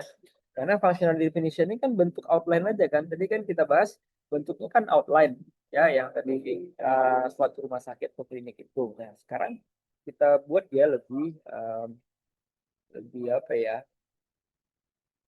Lebih sesuai dengan peruntukannya. Kalau misalnya proses bisnis, ya kita harus tahu aktiviti-aktivitinya, decisionnya apa gitu ya. Karena bisnis-bisnis ini kan bisa sangat kompleks gitu ya. Kalau kita lihat tadi kan ini proses bisnis yang sudah diurai gitu. Nah itu ini ada cara sendiri memodelkannya. Tidak dengan outline tadi kan tidak akan tergambarkan ini ya decisionnya ini. Tapi ini kebetulan pakai BPMN ya, bukan pakai apa namanya tadi kalau kita nanti tuh pakai UML gitu.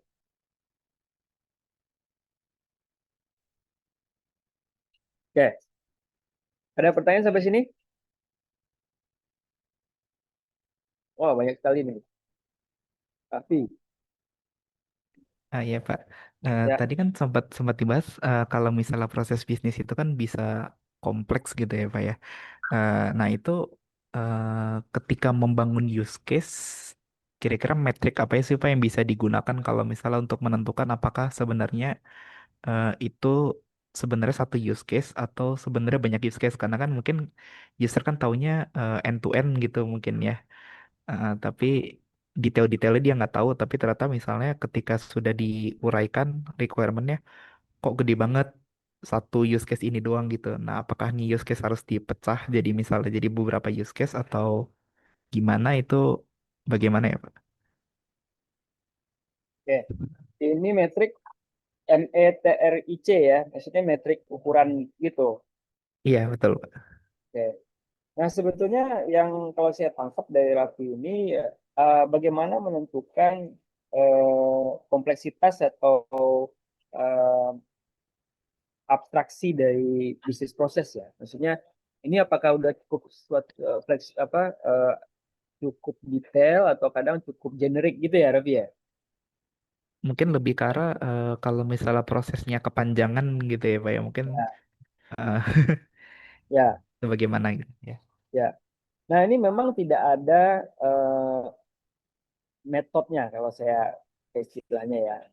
Kalau metrik itu kan lebih kepada suatu metode ukurnya gimana gitu ya. Kalau misalnya kita mau menghitung jumlah jumlah air yang diperlukan untuk menyeduh kopi ini gitu ya. Itu metriknya apa mililiter ya gitu kan untuk air. Ya, tapi caranya kan metodenya tadi itu.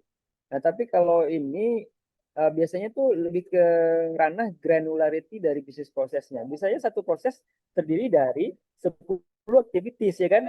Kayak tadi tuh bisnis prosesnya yang di BPMN itu ada berapa activities tuh? Mungkin 8 atau 9 gitu ya. Dan ada decision di dalamnya kan, banyak diamond-diamondnya gitu.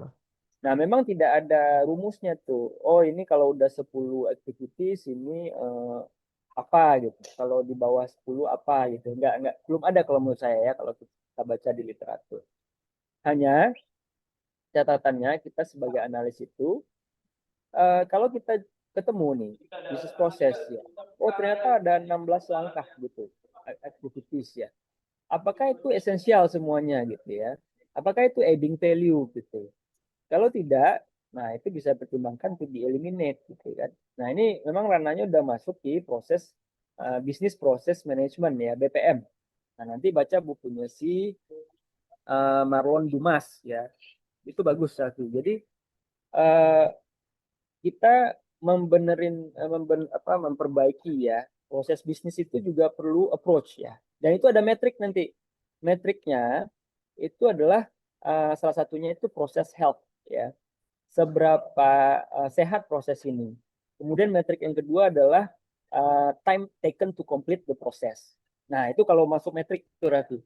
Dan ada beberapa lainnya. Nah, itu approach-nya Marlon Dumas ya. Nah, tapi kan itu lebih kepada kita misalnya itu bisnis proses improvement ya gitu ya. Tapi untuk menentukan apakah suatu itu proses itu terlalu kompleks apa tidak gitu ya. Itu masih subjektif sih menurut saya ya. Karena bisa jadi memang proses itu memang kompleks adanya begitu ya. Misalnya kompleks untuk proses untuk menentukan apa tuh namanya setelah diagnosis itu ya kalau dokter ya apa namanya apa sih istilahnya. Jadi menentukan penyakitnya apa, habis itu dikasih ini ya treatment gitu ya. Itu kan kalau kita lihat algoritma-algoritma yang terbuka secara publik kan kalau dokter tuh senang pakai algoritma kayak gitu ya. Jadi dia tulis tuh algoritmanya. Itu memang kadang kompleks gitu ya. Jadi itu mungkin jawabannya, Raffi. Dapat saya. Ya, oke Pak. Makasih Pak. Ya, Putra Siregar. Eh, ini yang jualan HP ya, Bang? Udah ada Ramadan depan. Izin Pak bertanya, Ya, eh, saya ingin meng-highlight terkait analisis sistem yang sudah ditinggal oleh developernya, tapi user masih butuh. Dalam konteks teknik pengumpulan requirements metode analisis dokumen, apa yang harus menjadi fokus utama seorang analisis saat meninjau dokumen-dokumen?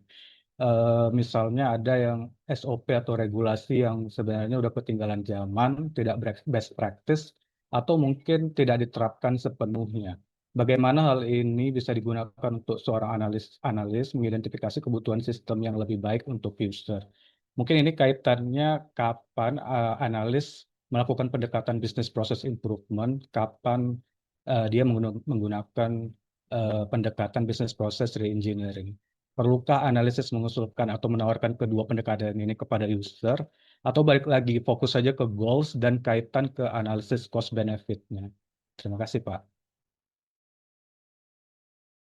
oke. Ini bagus pertanyaannya. Pertama yang terkait developer yang apa hilang itu ya, ya Bang ya. Jadi ada dua ya. Yang kedua tadi kapan harus business process improvement atau automation atau apa gitu ya. Jadi kalau memang previous sistem itu tidak dikembangkan dengan baik, salah satunya itu memang ada kendala ya kurangnya dokumentasi gitu ya. Jadi ada knowledge gap antara developer lama dan malah developer yang lama itu juga nggak ada gitu ya, dan knowledge gap dengan tim yang baru gitu ya. Nah, memang repotnya kita harus malah membuat dokumen lagi gitu ya berdasarkan existing system gitu ya, dan ini memang tidak mudah ya kalau memang tidak ada dokumentasi yang cukup begitu ya. Nah, ini yang sebetulnya yang perlu kita hindari ya situasi seperti ini. Tapi kalau memang itu uh, terjadi ya kita perlu lihat lagi ini sistem baru ini apakah menggantikan sistem yang lama gitu ya. Seberapa relevan sistem lama ini untuk dipelajari kembali gitu ya. Atau misalnya konteksnya udah berbeda gitu di pemerintahan misalnya ya dasar hukumnya udah beda, requirements udah beda gitu ya. Ini sistem lama nggak akan dipakai lagi. Nah, ini hal-hal seperti ini perlu kita perhatikan. Jadi tidak selamanya gitu ya existing documentation itu perlu kita cek lagi kalau misalnya memang tidak relevan nih gitu ya sistemnya gitu ya. Nah, yang kedua saya mau buka materi saya yang terkait bisnis proses manajemen ya. Ini sebenarnya di luar AKPSI tapi sempat diberikan di training juga tuh di Kasulkom ya, namanya uh, bisnis proses versi berapa itu? Versi 3.1 ya. Bentar, buka dulu ya. Versi 1 atau versi 3 ya? Ini barangkali. Business process re-engineering.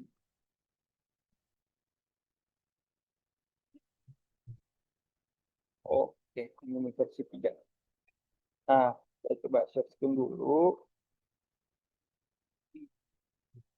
Oke, ini buat training awalnya. Jadi business process engineering itu sebenarnya kalau kita lihat literatur suatu istilah yang udah ditinggalkan. Karena istilah yang lebih umum itu sekarang adalah business process management. Jadi part of management itu ada automation, ada improvement-nya, ada radical change di situ. Nah, yang dikatakan engineering itu sebenarnya radical change ya, ada istilahnya. Radical change itu tahun 83 ya. Tahun awalnya ini tahun 90-an gitu ya. Itu diperkenalkan. Jadi karena sekarang itu tidak radikal amat gitu ya, karena udah ada continuous improvement, jadi udah ditinggalkan tuh istilah business process reengineering tadi gitu ya. Nah, jadi kalau kita mau bicara business process management ya, nah ini contoh ya, ini contoh klasik kan, perusahaan Ford ya, yang awalnya itu untuk handling suatu proses bisnis, yaitu mulai dari purchasing order sampai payment itu ada 14 data item gitu ya, yang duplikat gitu. Nah, ini dicoba dulu istilahnya masih re-engineer ya, diubah gitu proses bisnisnya, akhirnya dia bisa mereduksi headcount-nya itu sampai 75%. Nah, tapi kenapa proses bisnis ini dipilih untuk lakukan treatment ya? Nah, ini ada kerangka besarnya. Pertama, ya, kita lihat dulu proses landscape-nya namanya. Ya, nah, jadi proses landscape ini kayak apa tuh value chain, tapi kita tentukan proses-proses mana yang nanti layak untuk di manage ya, baik itu di automate, di improve atau di istilahnya itu di re-engineer ya kan. Gitu. Jadi dari bisnis landscape ini yang mirip-mirip dengan value chain, kita pilih ya yang mana gitu. Jadi proses landscape itu level 1 sebenarnya ya. Nah, level 1. Jadi dari level 1 itu baru masuk ke level 2-nya yang lebih detail. Kalau kita kan pakai UML ya, ini pakai BPMN. Sampai yang sub prosesnya. Tapi nggak semua proses mau kita manage ya. Nah, itu tadi kaitannya dengan jawaban saya untuk Raffi tadi, yaitu ada metrik-metriknya. Nah, ini ya, selection criteria. Jadi, apakah dia secara strategis itu penting, apakah dia sehat, apakah dia visible gitu-gitu ya. Jadi tidak semua proses perlu kita engineer kita automate gitu loh ya. Dan itu nanti bisa kita hitung gitu ya kesehatannya gitu ya. Nah, ini tadi yang saya bilang bagus nih metodologinya dari si Dumas itu ya. Mana ya gambarnya bagus ya. Nah, ini kuadrannya nih ya. Ini strategic importance-nya sama visibility-nya ya. Dia nggak visible, tapi dia important. Nah, itu gimana gitu ya. Nah, dia important, tapi dia health-nya gimana gitu. Jadi dia ada 3 dimensi nih. Nah, ini yang menentukan nanti yang mana yang mau kita automate, yang mana mau kita improve gitu ya. Jadi kalau ini konteksnya dalam perbankan, yang high, dia proses health-nya juga nggak bagus, poor ya, tapi dia juga cukup visible nih ya, medium to high ya. Kalau dia low visibility, nah ini susah ya. Maksudnya dia penting health tapi nggak visible seperti loan decision ini. Nah, ini kita nggak pakai, nggak kita lanjuti gitu ya. Nah, jadi ini bisa dihitung gitu health-nya apa semacam ya. Uh, the whole game lah ya. adalah BPMN ini cukup kompleks kalau menurut saya. Jadi kalau memang mau fokus di business process management, ya perlu dilihat secara umum itu business process landscape-nya, baru nanti dipilih prosesnya. Nah itu kita buat finance. Oke, lanjut Bu Wulan. Siapa lagi? Selamat siang, Pak Panca. Silakan. Kan nggak suaranya? Ya, izin Pak, tadi kan sudah dijelaskan kalau di Masuk, dalam silakan. membuat sistem informasi request ini ada penerapan kayak visibility, jadi dari economic visibility, organizational visibility, juga ada requirement. Nah, sebenarnya Pak, kalau dalam membangun proyek sistem informasi ini, apakah semua itu harus dikerjakan ya Pak, gitu? Karena kalau di dalam organisasi sendiri sebenarnya cuma butuh request dan kemudian kebutuhan sistemnya itu seperti apa gitu. Nah, kemudian yang kedua Pak, terkait ekonomi visibility ini kan sangat ini banget ya Pak, maksudnya menjadi background banget gitu. Apakah si sistem yang akan dibuat ini akan berdampak gitu dari ekonomi. Nah, itu cara ngitungnya seperti apa ya Pak? Karena sebenarnya kalau nanya organisasi lagi gitu, apakah sistem ini akan menguntungkan gitu ya? Sebenarnya jawabannya pasti menguntungkan gitu karena ada efisiensi dari segi ini. Tapi nilainya itu tuh tidak bisa terukur seperti itu Pak. Yang sulit gitu ke depannya, berapa sih nilai amount yang akan dihasilkan sampai jangka panjang itu kan sulit mengukurnya seperti. Nah, itu seperti apa ya Pak cara-cara menghitungnya. Nah, kemudian sebenarnya kan kalau saya baca gitu ya Pak, kayak ekonomi visibility, kemudian nanti ada requirement, terus juga ada menghitung costing gitu ya Pak. Nah, itu bedanya apa sih Pak, masing-masing step itu untuk akhirnya nanti baru kita bisa menyusun si sistem informasinya itu. Mungkin izin Pak, itu pertanyaan saya Pak. Terima kasih. Ya, makasih Bu Wulan, ini bagus sekali pertanyaannya, ada dua jadi ya. Yang pertama ya, apakah semuanya harus dilakukan? Ya, menurut saya ya itu baru tiga ya. Secara operasional kan tiga itu, tapi di beberapa sumber lainnya kan bisa lebih dari itu gitu ya. Tapi yang paling penting dari itu semua, kalau menurut saya, adalah ekonomik dan teknikalnya.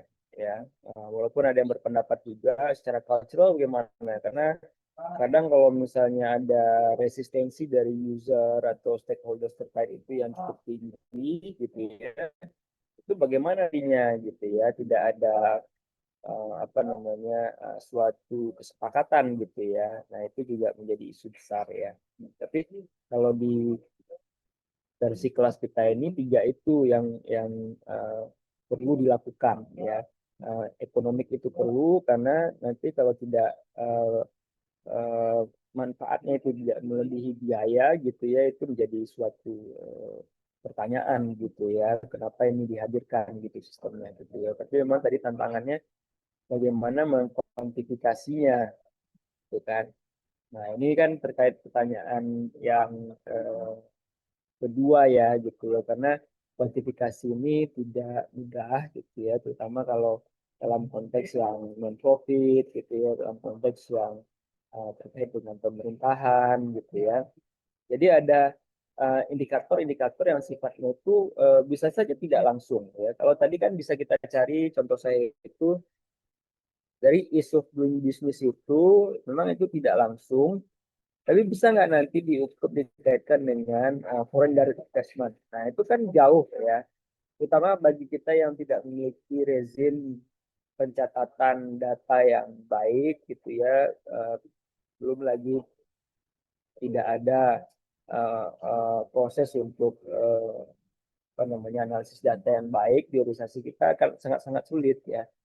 Tapi at least kita punya istilah itu proxy measurement gitu ya. Misalnya kita tidak memiliki tadi benefits ya yang bisa dikuantify secara finansial gitu. Misalnya bisa kita hitung tingkat transparansi misalnya. Ya, tingkat transparansi bagaimana, jumlah laporan yang bisa diakses publik bagaimana, waktu respons permintaan informasi bagaimana, gitu ya. Kemudian pengurangan potensi korupsinya bagaimana, ya, jumlah temuan BPK bagaimana, laporan ombudsman bagaimana, gitu ya. Jadi proksi-proksinya gitu. Nah, tugas selanjutnya adalah bagaimana proksi-proksi ini nanti bisa dinilai economic value-nya gitu. Nah, memang agak sulit ya kalau konteksnya non-profit atau pemerintahan ini gitu. Tidak semuanya bisa dihitung gitu. Pun menurut saya juga sulit ya kalau kita tidak punya proses yang baik terkait manajemen datanya gitu dan juga analisis data gitu. Jadi perlu kematangan gitu ya dalam data collection dan juga data analisis ya untuk ini semua. Jadi kalau datanya cukup ya kita bisa bisa menurut saya sih bisa sekali ya kalau yang awalnya tadi hanya proxy measurement itu bisa jadi economic value measurement kalau memang datanya ada gitu ya. Nah, kadang data ini sulit diperoleh gitu ya dan kadang datanya juga tidak merefleksikan keadaan sebenarnya. Yang 2-3 minggu terakhir ribut-ribut kan data pertumbuhan ekonomi kita katanya 5 sekian % dan itu katanya tidak menggambarkan realitas ya gitu. Termasuk menurut ekonom UI sendiri ya dari LPM ya, itu LPM kan. Jadi data dari BPS pun gitu dipertanyakan gitu. Nah, jadi memang challenging ya kalau menurut saya, tapi singkatnya dicari proxy-nya, proxy measurement-nya. Kemudian dari situ, kalau kita dapat beberapa measurement, berikan beberapa matriks ya, bisa nggak kita gabungnya menjadi suatu indeks gitu. Ya, misalnya indeks kan banyak ya, indeks digital government gitu misalnya. Indeks apalagi sistem pemerintahan berbasis elektronik STBE itu yang dari Kemenpan RB indeks. Jadi kalau ada indeks ini semacam multi kriteria ya.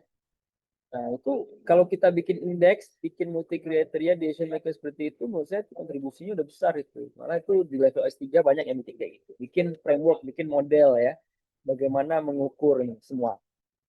Karena ini open problem ya. Jadi kayak tadi banyak yang nanya kayak gitu ya dari minggu lalu juga. Susah nih ngitungnya. Ya udah bikin cara ngitungnya. Gitu. Menurut saya ini kesempatan bagus kalau kita manfaatkan untuk kajian nanti di hari akhir juga gitu ya. Oke, lanjut Mas Agung. Udah mau? Mas Agung saya. Kapan saya izin suara saya apakah bisa dengar Pak?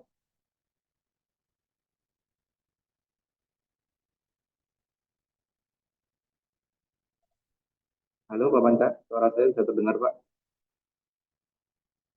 Masuk, suara masuk, silakan. Mas Agung.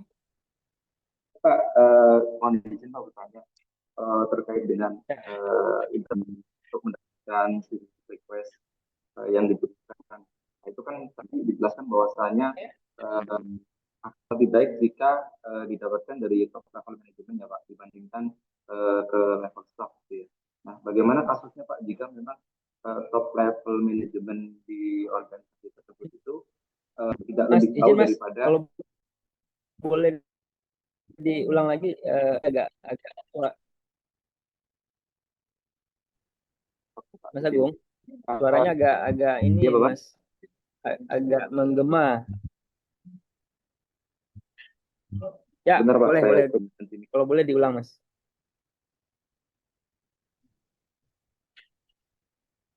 Ya.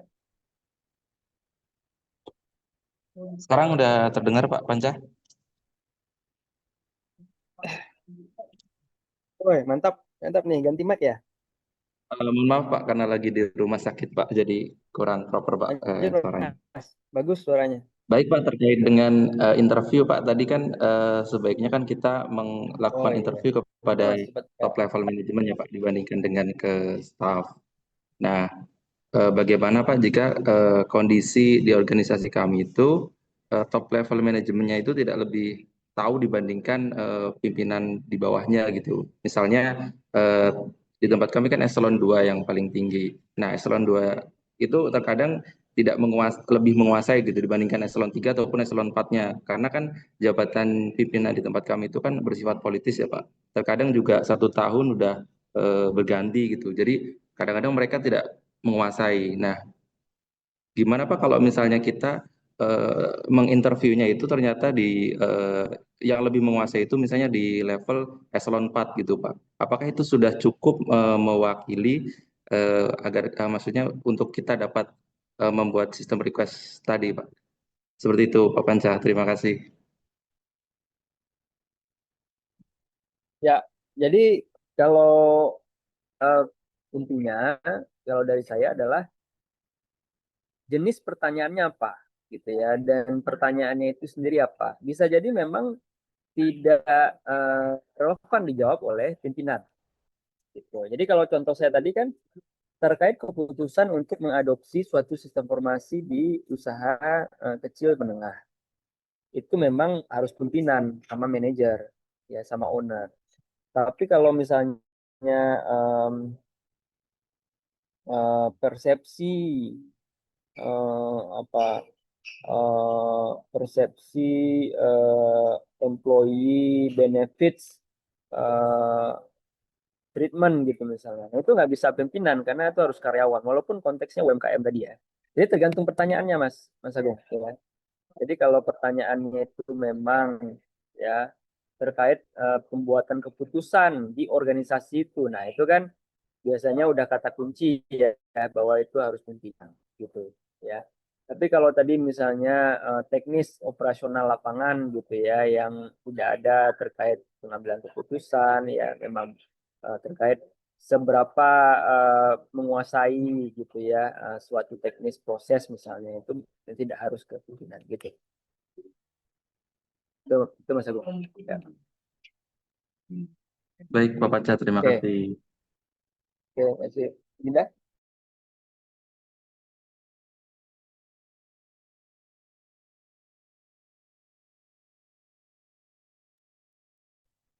Dinda Aura. Ya, sore Pak. Apakah suara saya masuk, Pak? Masuk, masuk. Ya, Oke, baik. silakan. Mungkin saya pertanyaannya lebih ke teknis ya. Tadi yang Bapak Panca sebutkan tadi yang pertama balik ke contoh yang apa namanya yang contoh di rumah sakit itu sebenarnya saya ada sempat kebingungan sih karena di salah satu matrisnya kan ada apa namanya kayak jumlah transaksi seperti itu kan kayak kategori simpel berapa transaksi kompleks dan segala macam itu. Nah, cuma saya tadi sempat mikir ini maksudnya transaksi itu seperti apa? Apakah maksudnya yang dimaksud itu seperti kayak aktivitas misalkan kalau tadi kan jumlah apa namanya mungkin jumlah dokter yang jumlah perjanjian appointment atau seperti apa gitu Pak. Saya sempat bingung apa namanya menentukan jumlah transaksinya seperti apa. Terus kemudian yang kedua tadi sempat nyambung ke ada tadi pertanyaan yang lain.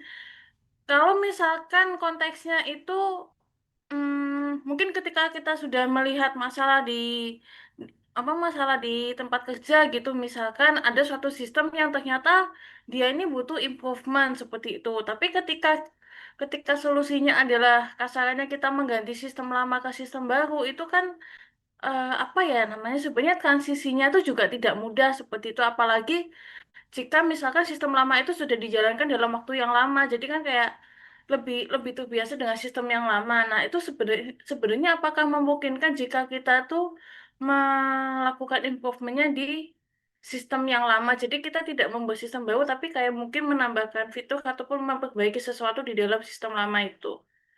Terima kasih, Mbak. Oke, bagus pertanyaan yang kedua dulu ya. Jadi yang Ya. kedua itu subjek dari visibility yang ketiga, yaitu operasional, cultural gitu ya. Jadi kalau ada sistem lama yang udah embedded gitu ya di dalam organisasi kita, bisa jadi istilahnya itu switching cost-nya gede ya, Mbak Dinda ya. Nggak hanya di biayanya saja, tapi juga secara apa tuh compatibility dari bisnis proses gitu ya. Kemudian dari budaya kerja segala macam itu itu orang bisa menjadi resisten gitu. Nah itu maksudnya tadi visibility yang ketiga itu, apakah itu mungkin ya? Kalau misalnya kita bicara nih ya, kita pakai secara consumers nih, kita bukan organisasi. Kita mau pindah dari perusahaan ride hailing, Gojek ke Grab untuk milih misalnya suatu layanan misalnya ojeknya gitu ya. Itu kan gampang ya, karena switching cost-nya nggak ada. Begitu juga kita marketplace, Tokopedia sama Shopee itu gampang pindahnya. Tapi kan kalau misalnya pakai ERP yang udah 10 tahun gitu ya, proses bisnisnya udah mengakar dan orang sudah terbiasa memakainya gitu ya dan dianggap itu efisien walaupun bisa jadi tidak gitu ya. Orang akan cukup resisten gitu. Jadi dari segi operations dan culture bisa nggak visible, makanya perlu juga dilakukan itu. Nah, yang pertama tadi pertanyaannya apa? Yang Eh, tadi sempat ini Pak yang terkait apa menghitung jumlah transaksi. Nah, itu oh menghitungnya ya ya seperti apa? itu eh, itu kalau menurut saya itu kan tabel yang use case point estimation ya. Iya, betul. Eh, eh, jadi menurut saya itu dari si penulisnya itu metodenya itu kan yang bikin si Karner ya tahun sebenarnya itu metode lama tahun 93 gitu ya. Jadi dia memang pakai istilah use case ya, tapi at some point dia menggunakan istilah transaction juga itu bisa bikin bingung. Nah, jadi kalau menurut saya transaction itu refers to use case gitu. Jadi one to three transaction meaning ya itu one to three use cases gitu untuk disederhanakan begitu aja. Jadi bukan satu use case itu berapa transaction nih tadi misalnya ngisi IRS berapa transaction per second gitu ya. Itu masuknya udah ke ke non use case itu udah maksudnya ke technical complexity-nya gitu ya. Maksudnya udah ke non functional requirements. Tapi kalau use case itu yang dimasukkan transaction adalah sebenarnya number of use case-nya aja gitu. 1 sampai 3, 4 sampai sekian gitu loh. Itu Oh, Mbak Genda. jadi Gitu. lebih ke mungkin dipakainya untuk apa saja seperti itu ya mungkin. Nah, number of use cases-nya. Jadi lihat lagi requirements definition itu use case-nya ada berapa gitu. Itu aja. Jadi bukan number of transaction for each use case. Nah, itu kan kita nggak tahu. Itu nanti bisa dihitung, tapi kaitannya bukan ke use case, tapi lebih kepada ke non-functional requirements. Jadi berapa transaction yang dia bisa handle dalam 1 detik gitu ya. Misalnya kayak uh, dalam proses pengisian IRS di awal semester ya untuk yang kelas sarjana yang bukan paket. Nah, itu kan perlu penghitungan yang matang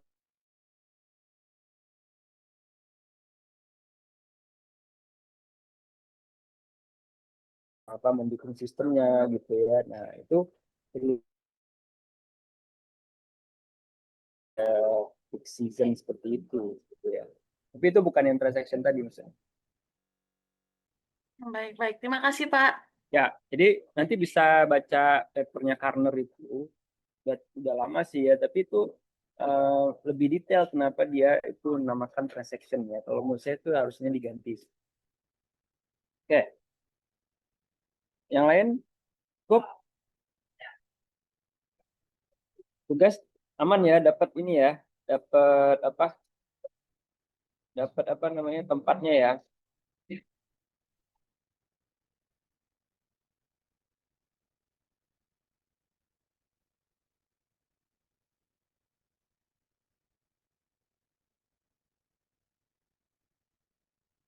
Oke, minggu depan kita recap lagi ya, karena apa ada tadi yang saya pikir ada yang terlewat ya si slide-nya. Nanti saya coba recap lagi minggu depan, kita ulang lagi ya minggu ini ya. Belum kita masuk ke topik selanjutnya itu kan udah mulai apa tuh modeling ya. Bentar.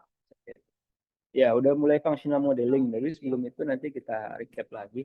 Functional modeling itu lebih ke use case gitu ya. Habis itu baru pas functional modeling, biar modeling baru ini UTS ya. Jadi UTS-nya itu eh, langsung praktek ya, langsung praktek bikin model-model. Gitu. Oke, semoga lancar tugasnya ya teman-teman ya. Poster apa tuh Mbak?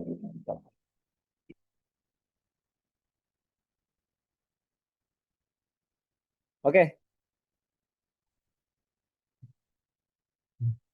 foto dulu ya, Raffi ya.